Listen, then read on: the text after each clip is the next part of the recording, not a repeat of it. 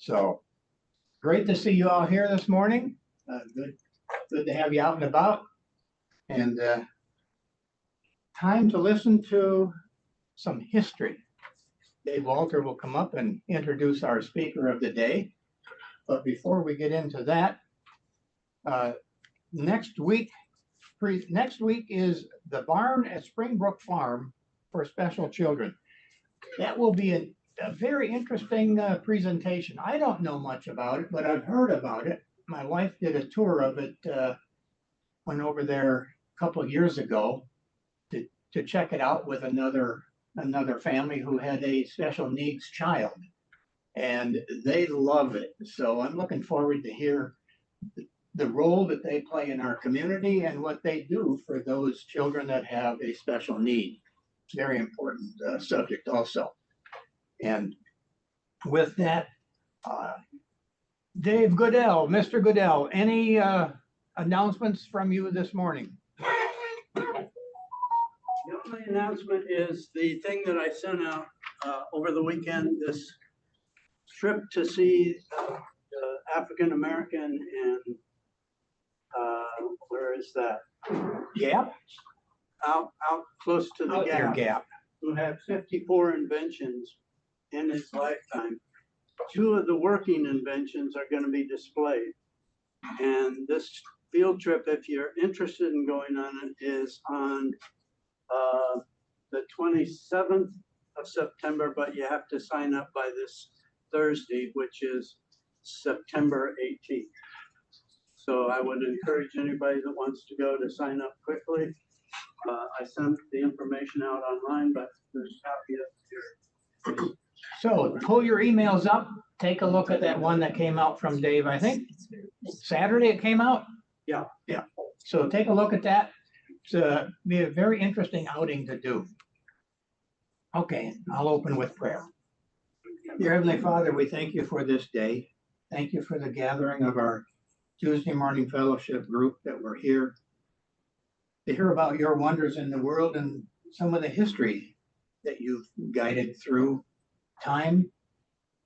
Interesting to hear today's presentation to help us understand backgrounds to where we live. Very important. Be with all of us this day as we go through the day with all the challenges that we have. Be with all those that are in need of your healing touch and grace. Just bless this day. Amen. And Mr. Walter, would you come up and do the honors of introducing our speaker? Okay. Well, as Ted said, today is a local history lecture, and it's really local because we're going to hear about the prosperous village that used to exist just south of the church property. And in fact, until a couple of years ago, Westminster did own a couple of the residences along Wilmington Pike that we're going to hear about. Without further ado, I'd like to introduce Steve Varhoftig. He's a member of the Westtown Historical Commission, and he's got a very good presentation for us here today. So please welcome Steve.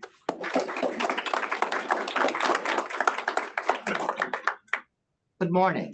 Good morning. Thank you for having me here. I've been to some of your presentations in the past as I live around the corner. I could walk to my house from here up on Dunvegan, although I'm going shopping afterwards. That's my excuse. I think this is somewhat fascinating that the talk that we're going to hear today is about a road. Should I get this closer? Yeah, we're going to fix it up a little bit. My wife says I speak too soft. Is about the oldest road and the most important road in Chester County. And in fact, you're sitting on that road today, right now. I'm not talking about 202. That's new. Sometime take a walk to the end of your parking lot. And from that parking lot, you will see the beginning of a road which is Old Wilmington Pike. That is considered the oldest existing colonial road in Chester County. And that's actually what we're going to be talking about today. You see, I've called it Darlington's Corners. You will see references if you ever look it up, it'll sometimes be Darlington Corners. Sometimes it'll be Darlington's Corner. I chose Darlington's Corners because that's what the US government is using at the moment. Since 1979, the US Geological Survey has named that intersection Darlington's Corners officially on federal maps.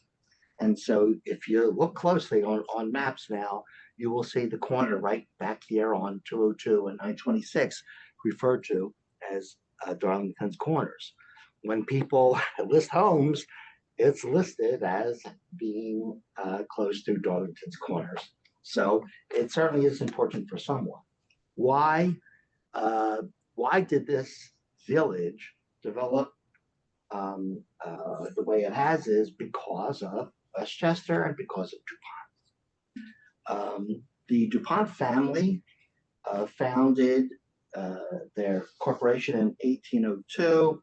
They were fleeing the French Revolution and decided to come here and make gunpowder, which was extremely important for the farmers who lived here because Westtown and Thornbury were farming communities and they needed it to get rid of rocks and get rid of tree stumps and stuff like that.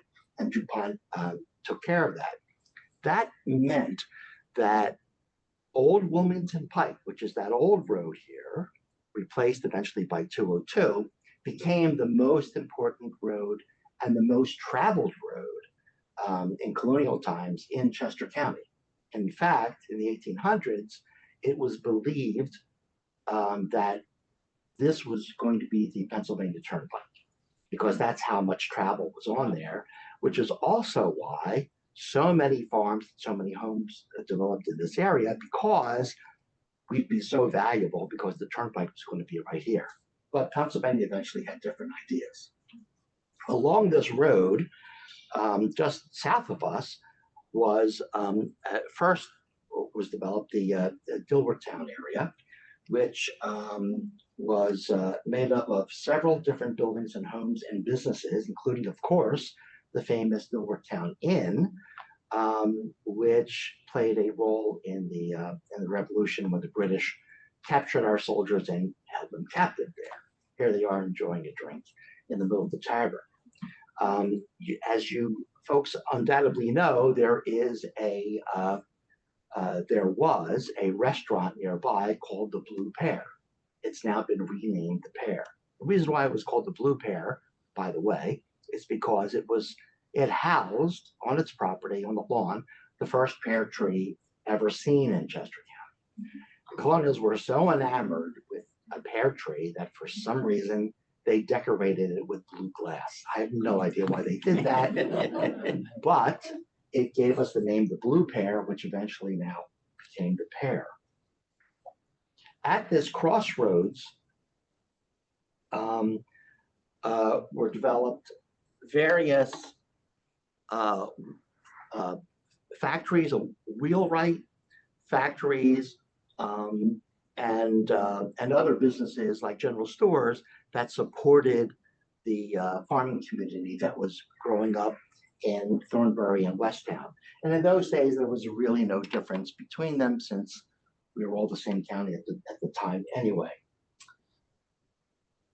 Then on the corner, there was so much traffic up and down Wilmington Pike that someone got the bright idea to put up a tavern because these travelers will be thirsty and somebody needs to make money off of them.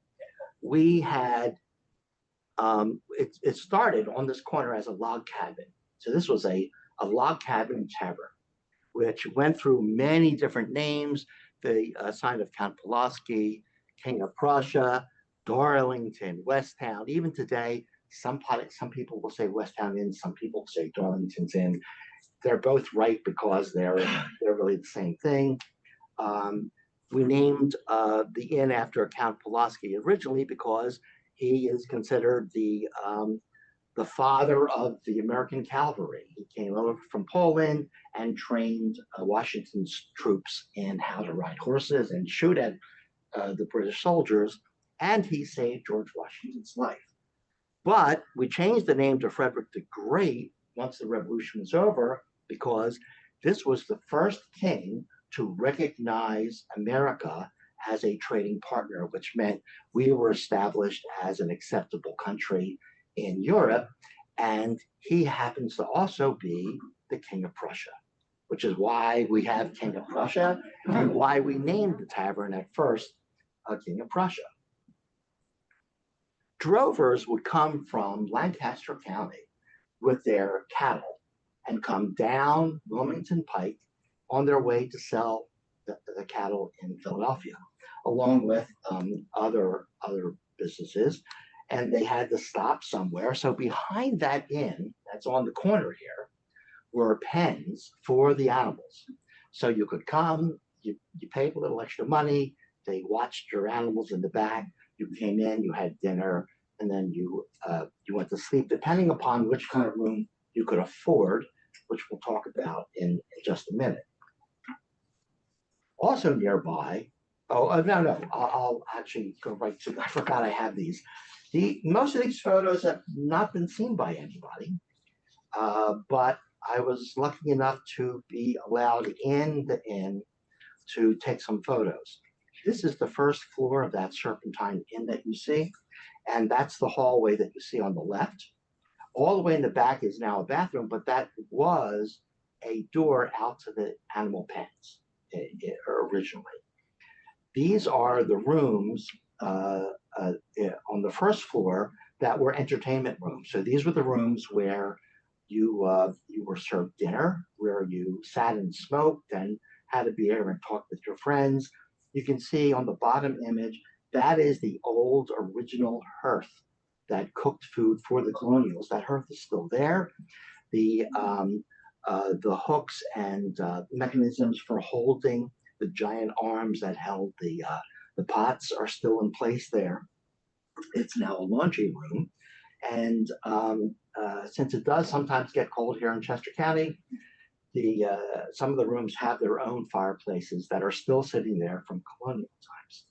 One of the middle rooms was changed to a modernish kitchen in the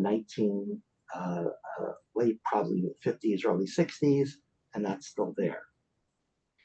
The second floor has a beautiful banister, beautiful hardwood floors, and these were the rooms where the people with some money would rent. And they were very spacious and very comfortable. There are remnants on the walls of fireplaces that were built into the wall for the comfort of those visitors. But if you didn't have that much money, you could go up to the third floor. And on the third floor, and here is this fantastic loft that is there. You can see the picture on the upper left-hand corner. Those are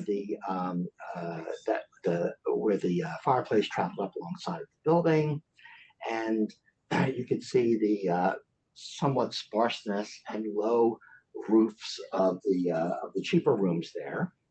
You can see that it's a huge loft area, and then above it is yet another loft, and alongside of those rooms on the left and right hand side are crawl spaces where they'd store stuff. So there's an enormous amount of space in this room that was built in, we'll find out more about it, but it went up in 1823. There are still probably locally made blacksmith hardware hanging in the inn on various walls and doors. Some of them were still in use to close as door closers that were developed in the early 1800s, which I found fascinating. This is the basement. And then on the lower left-hand corner, you can see an outline of the original beehive oven, because these ovens were so hot, they used it for baking. They didn't want it inside the the building. So it extended outside. That oven is now gone, but the outline is still there. And that window above it is to a room that cannot be accessed. That's the ghost room, the mystery room. Apparently our architects think the original cook in the 1800s dropped a ladder down and went up and went to sleep in that little room. They didn't want it anymore. They just closed off the ceiling and that's it. So nobody has been in there since, well, a couple hundred years. I'm sure you all know that Westtown, Chester County in particular, was a hotbed of abolitionist fervor, especially with the Quakers. They were very anti-slavery. Well, it turns out that inn became the meeting place for the local party, which were the Whigs. The Whigs eventually became the Republican Party, the Republican Party being the party of abolitionists, the Democratic Party being the slavery party for 100 years.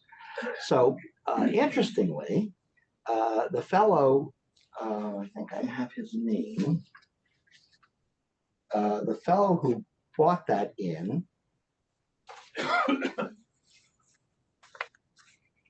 I'll find it in a minute. He was an amateur sculptor, and so he sculpted in 1843 his Whig candidate Henry Clay for president. So he put his face up there. But the Whigs then eventually became Republicans, so he added a little carving of his dog because he named the dog Lincoln. So I put them up there. Now, this is on the facade of the building, but don't try to see it when you drive past. It's on the front of the building, facing the door on the right-hand corner, but it's really quite small. It looks big in this photo, but it's not, and that's why you can't see it all that well.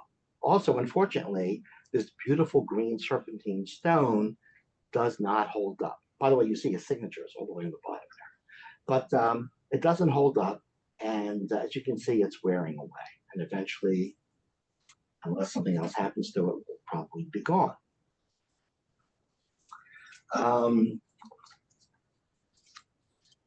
Okay.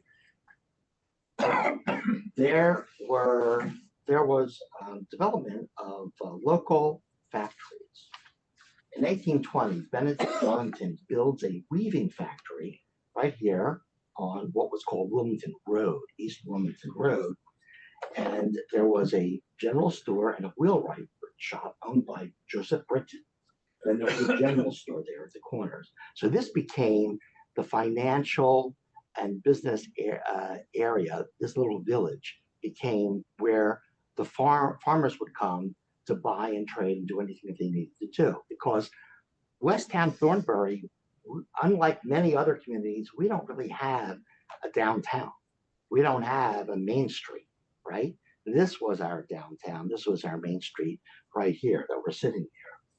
It was a pretty big factory that was put up by Joseph Britton. The factory had 11 employees, and they averaged $148 a year, which was good money in the early 1800s. Among the things that were manufactured there was a winnower. A winnower was where all the farmers here who were growing grain, you dump this in the machine, you turn this crank, and that separates the term wheat from the chaff. Well, the chaff is what you didn't want, which came out. It floated out through the top of the machine, covered the floors, and you had a kid who would sweep it up, and the wheat would be left, and that's what you would sell to people and folks down in Philadelphia. There was a financial panic which happened more than once in this area, and that wound up closing the factory. There was also a weaving factory that Britton put up. These are this is his annual report for what he produced, how much capital was required. He hired 11 men, 5 women, and 5 children. Why not be fair? Here we're now up to $3,000 in annual wages. So you can see this became a very prosperous area. Later, he closed that factory because he found he could make even more money by building washers. He licensed this called Beats Celebrated washing machine from someone in England, and we built them right here. He sold them across the U.S. Then they got the bright idea. Benedict Darlington, his son, and Jess Otley decided, you know what? We should make clocks here because Pennsylvania was famous for making all kinds of clocks. So they decided they would make clocks. They couldn't find anybody in Westtown who knew how to make a clock. So they had to go to New England, hire 3 clockmakers to come down to Westtown and make clocks for people. In the long run, we didn't really turn out to be so hot in the clock business, and they wound up giving that up. Then a general store was established here next to the inn. Originally, it was near the factory across the street, across 202, and then it was moved over to the side where Crevilly is, where we are now. And they sold everything that farmers needed. Corn, potted meat, pickles, wild game, usually pigeons. They made these cookies. The thing you see on the bottom is called a jumble cookie, which was the most popular cookie at the time. It was savory. It was not sweet. They also loved something called, oh, I'm sorry, it's the white guys are the jumble cookies. Thing in the middle is called pepper cake, which is made of black pepper, molasses, candied fruit. George Washington's wife used to bake it, and apparently it kept for half a year.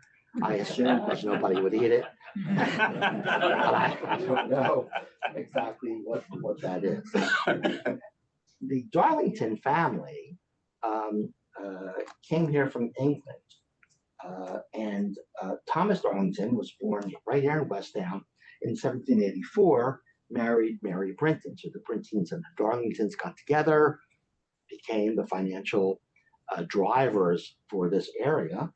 And when you look up their information, the best they can tell you is that they had at least 10 sons and 4 daughters. No one actually knows how prolific these folks were. Here's a list of all the size of this family.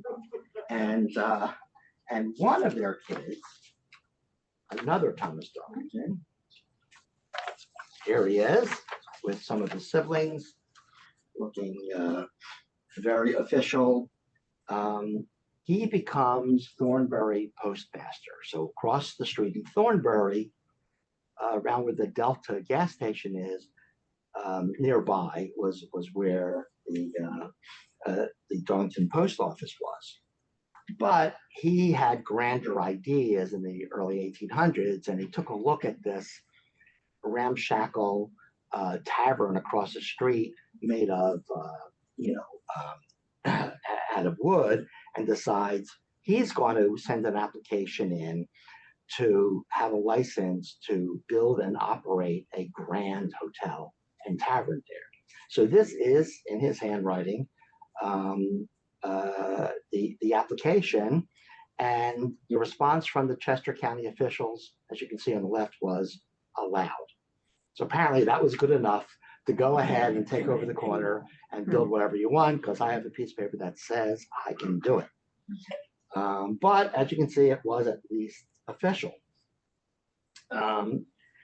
So this is one thing that I find especially amusing here. So here we've got the original Thornbury post office is of course located in Thornbury, but then when the tavern goes up, he decides, well, you know what, I'm going to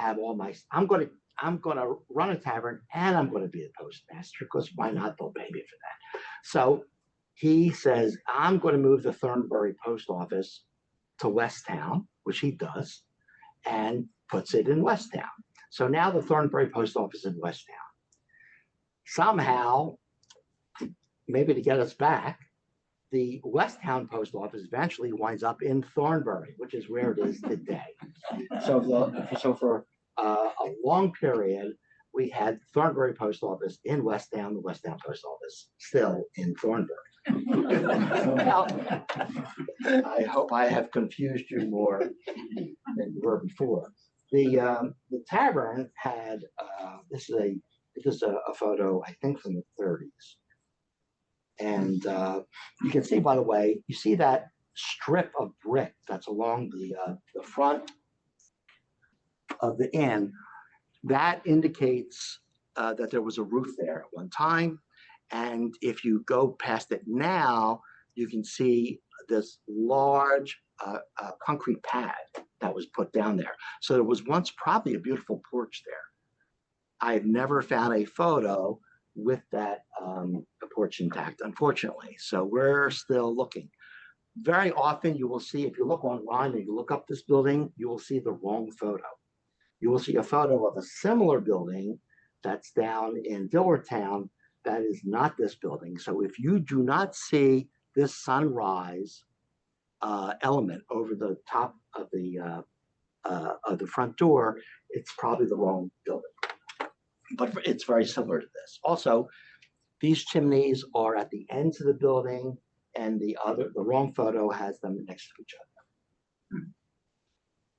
There were many owners of the building over time, and one particular applicant was rejected because he was a lunatic. And in fact, lunatics were well known, and you can see here this list from the Chester County records of here's our local lunatics and habitual drunkards. In case any of them come and want to do business with you, check this list first before you do anything. This is what I was, when I came across this one, I said, well, I got to put this slide in there somehow. It's quite good. This is Henry Clay, who I mentioned, and the kind of meetings that were held locally, politically. It's a politically very, very active town. Now, for a while, the tavern gets purchased by someone who turns it into a dry place. Refuses to serve liquor. So the drovers can come, they can have dinner, they can stay overnight. You can't have a drink. Westchester up here was a hotbed of temperance society. And here, Mary Ingram Still, who became one of the biggest temperance pushers in the country. She was born a Quaker. Her ancestors served in the Revolution. She was an advocate of suffrage and temperance, and she was an officer from 1889 to 90. So there were 14 different proprietors of that building from 1854 to 80. But in 1881, John Noble said, no more liquor. And as we all know, until very recently, this was a dry county. Many people still think it is not. It is no longer a dry county, but no one paid attention to the ordinance apparently. And so, and also we don't have any places that would, conserve anything. So we're no longer a dry county, but for most of our existence, we were. A lot of the business and activity that took place on Darlington Corner happened because of how important the Westtown train station was. Again, in Thornbury, and still there. This building is still there. I'm sure many of you have visited the beautiful gallery that is down there. I just took the grandkids over there this week, and here's a photo of from around 1880. It was built in 1858. You can see how very busy that train station was. There were coaches that came. People would come up from Philadelphia or come down from Lancaster, and they would do business here. They would go to Westchester, visit the Westchester School, or come and do business here in Darlington's Corners. This all fell apart in the Panic of 1873, which led to a severe depression in the U.S. and Europe, and it lasted for years. The collapse was triggered primarily by overinvestment in railroad construction. And this became the hottest thing. It was really the AI of its time. Everybody was investing in railroads, and nobody apparently sat back to think, how can we possibly have more railroads built than people that can use it? And somebody finally did realize it, and that speculation led to a terrible depression. And we wound up with a lot of good railroads at the time, but we wound up with a lot of bankrupt people, including many of the farmers here who depended upon the railroad to get their milk and cheese and other stuff down to Philadelphia. There were plans to build a railway company having a tram that went from Westchester down here through Darlington's Corners, through Dilworth Town, all the way down to Wilmington. And Painter's Crossing also was going to be a stop. They sold $60,000 worth of stock in 1899, but that also went bankrupt. Now the road. So as I mentioned before, the original Wilmington Pike Road is located right here behind us. That burnt out home that you see along 202 there is serviced by that road. The road leads from here, from the church here, the parts that left, down to the inn. So that's still there. The road for a little while was improved, and somebody had the bright idea, which is an idea that was borrowed from the Romans, to cover this road with wooden planks, because the people driving carriages would complain how bumpy it was, and we need something smoother. So somebody thought, well, why don't we just put down wood? So they laid down these planks, and they turned it into a turnpike for a little while. So between not Wilmington, but the very edge of Delaware up to Westchester, there was a turnpike, and this is what they charged. So they charged by the horse. So one horse, you paid a half a cent at the toll house. A church and a wheeled vehicle doubled to a penny. But if it was just a horse and sled, that was just the same as having a horse. Weirdly, there was only one toll booth up there, and it was the honor system. It was like, well, we know you're not going to come down here and enter on Street Road and not pay.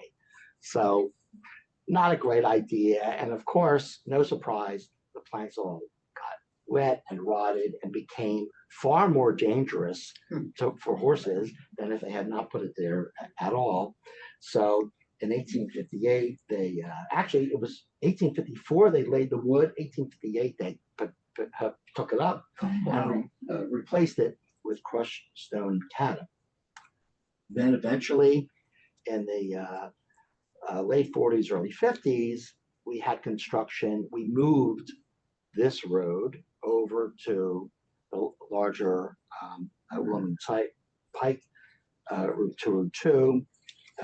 And at the time, from 1882 on, just so you have an idea of how many people lived here, 75 people lived here in Darlington's Corners that supported all these different businesses. But that doesn't include the farmers, including many dairy farmers and some beef farmers that were adjacent to us. This is Joseph Brinton, whose business and home still standing there. There were some beautiful buildings that Dave mentioned earlier that were here along 202. Joseph Brinton had many businesses that I mentioned earlier, but one of them was the quarry. The Serpentine Quarry became extremely popular because of how beautiful that stone is. It's called serpentine stone because when you run your hand on it, it's supposed to feel like you're touching a snake. And that's how we get the name serpentine. And so you still see lots of evidence all over here of this beautiful serpentine stone, but unfortunately it is not an ideal building product. He started the Quarry Association, and this home that you see at the top of the page was William Coburn's house, who worked for him. In 1878. He opened a nearby store, and next to the inn was a blacksmith shop, owned jointly by Joseph Britton and rented to a man named Highfield. Originally, let me move up to this. Originally, there he is. He was called Daddy Highfield. Darwin Richard Daddy Highfield had a blacksmith shop. Next to the blacksmith shop was a factory that Britain owned that made cultivators. This was possibly the first mass manufacture of farm equipment in America. That was done right across the street here. He made these cultivators. That's what a cultivator is. It does these furrows in the ground, and it saved a lot of time for the farmers. He rented a blacksmith shop to Daddy Highfield. So here you see where the original, there's the tavern, the blacksmith shop was originally there. It moved over here. There was a wheelwright shop. Wheelwright shops, being very important to the blacksmith, would not make the wheels. He would put the metal on the wheels or shoe the horses and do all the metal stuff. But the wheelwright was extremely important because everybody was coming down here with carriages, and they were carrying their wares down, all the way down to Philadelphia, and there was constant need for wheelwrights to repair wheels, to put new wheels on a wagon. This is a photo that is rare. It wasn't online, but we found this photo up at the Chester County History Center, and that's the best photo we have of Daddy Wheelwright. Here he is with Daddy Highfield. Here he is with two of his sons and their friend, and we believe that photo was taken across the street from Crapilli. It's fascinating that we have this evidence. In 1879, he built a wheelwright shop in where the Lukoil station was, and then became Delta. And then he rented half the building to a different wheelwright, and then he just decided to be a blacksmith, and he had 4 employees. It was a big blacksmith shop. Along 202, one of the most popular activities right here were fox hunts. And we had them. Foxes would notoriously be hunted down here and run away up into Westchester and create all kinds of problems for the police up in Westchester with foxes running around. More recently, there was Bartram's store. Some folks may remember it. The original Bartram's store was opened on the corner where the CVS currently is. Then later that was expanded to where the Westtown Market now is, where the Acme was. And that went there, and it originally opened in the 20s or 30s. It then moved over there to the larger property. Morris Bartram died in 43. His son moved it to where the Amish market is. Eventually, that burned down. Now we come to the darker and stranger and titillating part of our story. And yes, we have dark and titillating stories of this neighborhood. Number one is a report in 1885 in the Daily Village Record of Ann Easter, local madwoman. and Easter attacked people at Darlington and was eventually arrested. She would come out of the cornfields waving a club as people drove by in their carriages and for no apparent reason run out and attack them. Yes, right here at 926 and 202. You had to watch yourself. They would say, watch out for Anne. And weirdly, there was another Anne Mercer Easter who lived here at the same time. She was an influential Quaker minister, and she lobbied for abolition and was associated with the Westtown School. Anne Easter was arrested. Here's a report of her being arrested. There's the constable's only resource was to put the nippers on the woman. They take her to the jail, which was up there in Westchester.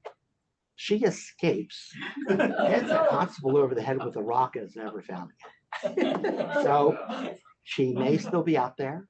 And I warn you to watch yourself. Now, to something less amusing, and that was a notorious murder right here in Thornbury, right south of Darlington's Corners. And that was the killing of John Sharpless. On October 10th, 1900, farmer John Sharpless was murdered. He was descended from the English Sharpless family, the name you see all over the area here. He was wealthy and well known. Murdered by a heavy object in his barn.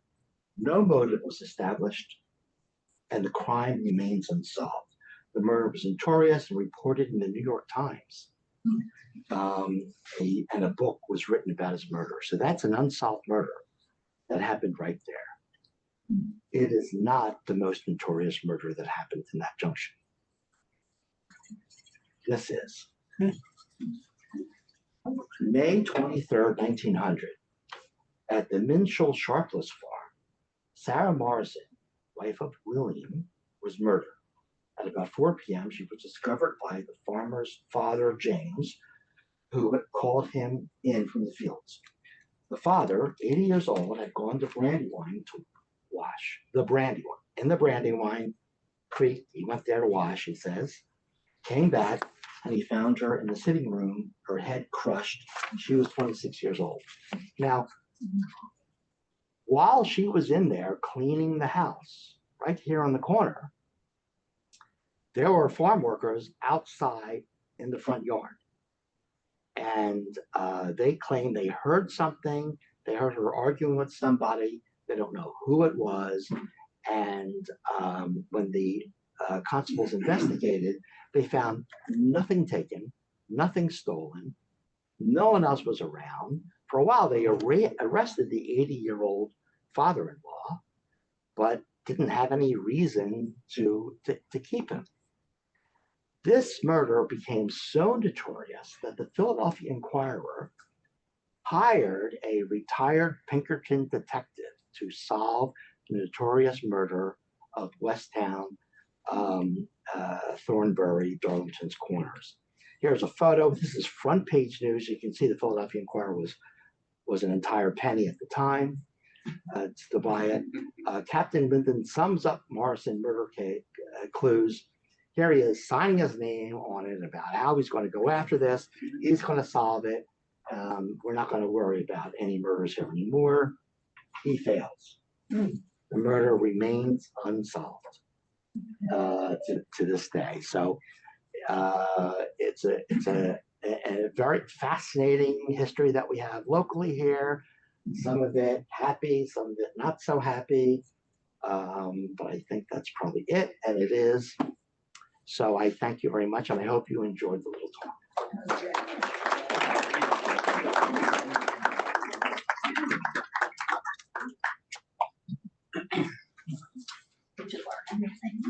Thank you, Steve, for a very enlightening series of history. Dave, you have a comment?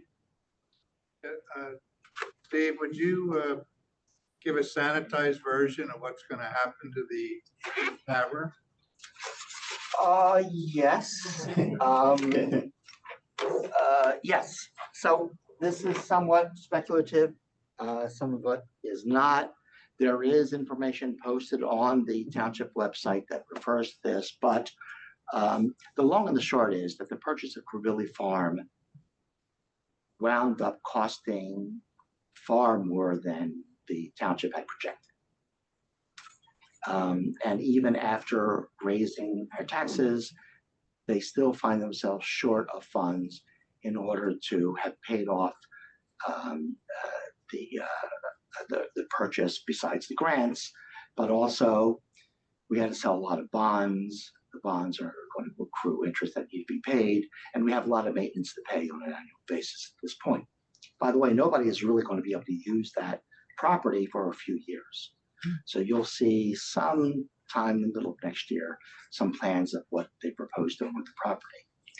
What they did a few months ago in order to not have that property covered by the grants that the township got are very specific in terms of what you may or may not do with that land that is used to purchase the property. They carved it out. They made that purchase separate by itself, and the plans currently are to auction that property off. And they hope to recoup enough money to help defray the cost of Crevilly. Now,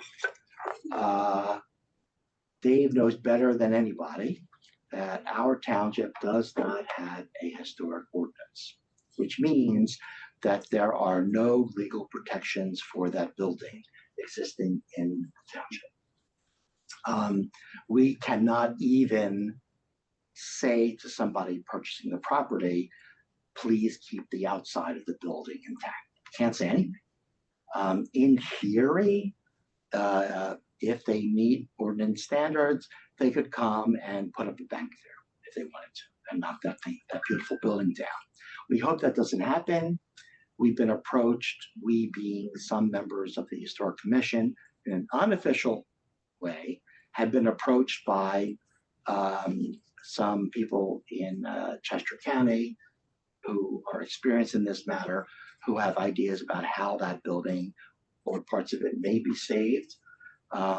We also are hoping at the very least to be able to go in with some of our historical architects and do a video tour of the building and explain to people what took place there and what the importance is of some of the architectural features of the building, as well as do a digital scan so that at least the residents will own that in the future. So what actually is going to happen, we cannot say. It has not been put up officially for auction yet, but it's right there on the township website. That is the plan for it, and we're just going to have to wait and see and hope for the best. Steve, Yes. How would we square the problem with serpentine stone? Isn't good because it wears too fast Yes. in the weather, with the fact that we have this beautiful building that some people would want to keep and maintain, which is going to be very expensive. Yes. So how do you square that? Poor stone, but historical importance. Yes, and that's a very good question, and that's a very valid concern. So serpentine works best as a capping stone, as something that's used outside of a stone structure. So that's beautiful, but it's not necessarily structural. Some of the building is made that way. And in fact, interestingly, you'll see the activity that's happening down on 202 right now. That's PennDOT carving a turning lane. So what they're going to do is that when you go down south 202 and hit Street Road, you'll see there's a serpentine wall there. Well, they have to move that wall. They have to actually destroy the wall. Well, two of the old Civil War era buildings, houses that were here on Crevilly were taken down, and we managed to save that stone. So that's going to be used as a capstone on the outside of the structure. But also pursuant to your comment, it's absolutely true that it's not just the serpentine, but the entire building. I can tell you, after having been through it, it's not bad, but it certainly needs a lot of maintenance. This thing has been rented for years to people who, and owners who did nothing with it. And so I've heard some wild estimates about what it would cost. I don't know, but certainly hundreds of thousands of dollars, which we don't have as a community. So that's a very open question. So if any saving is going to be approached, it's going to have to address that the financial situation. And I don't know what the answer for that is.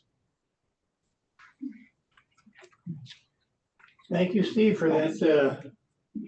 A lot of information there, more than just a quick comment. As we go through history and we try to save some of the physical history that we come across, it always is a challenge because there's dollar signs associated with it that have to be managed and looked after. So those are the tough decisions ahead of us, and hopefully some resolutions will come to figure out what we do. Any other questions for Steve this morning on what you heard? For me, I thought, yes. Yeah, I have a question. Westchester University has many serpentine buildings Yes. that I love. Is this county the only place that has serpentine? No. No. There are three major, if I remember correctly, there are three major places in the country where Okay. serpentine was mined. This was the major one, and that's why we still call the swimming area the quarry. Yeah. It's quarry, and you can when we go up into Westchester, you can see the church that has had rework on the outside of their building because the facade doesn't hold up. University of Pennsylvania, one of our architects worked there to fix their serpentine, and they had to remove the serpentine, apparently rebuild the wall behind it and put the serpentine back. So it's like limestone. It's just one of these things where it's gorgeous to look at, but you don't want it holding up your roof. And I have one other question, if I can. I thought I heard you say Chester County was a dry county? No, Is that what town, you no, said? Westtown was a dry town Oh, okay. for many years, and I Okay. come across people all the time who think we still are, and we are not. Okay. It's just- No, not a dry county. Chester County, maybe what I said was, Westchester was the hotbed of the abolitionists. Yeah. So that's the center of not abolitionists, of temperance. The center of temperance right there. Okay. They would parade up and down the pike here with flags and, people signing, lips that touch alcohol will never touch mine. And most of those people, that's okay. You don't have to kiss me. So Rick, you have a question. Yeah, you probably mentioned it and I missed it, but the dentist office that's next to the Delta gas station, yes, was that an original building or is that, as the original building. and what was in that? That was Britain's, well, with several things. He lived there, but also there were businesses there. So he lived on the top floor. He rented out the bottom to various businesses. And then beside it were several other businesses that extended in front of what is now the Amish market. So that was all business there. And then that grew to across the street to the Cruzillia side. Eventually they all get knocked down, but that one's still there. And not serpentine. That's all right. Any other comments, questions? It's been fascinating to learn more about the history of the area that we spend a fair amount of time at. So, again, thank you, Steve.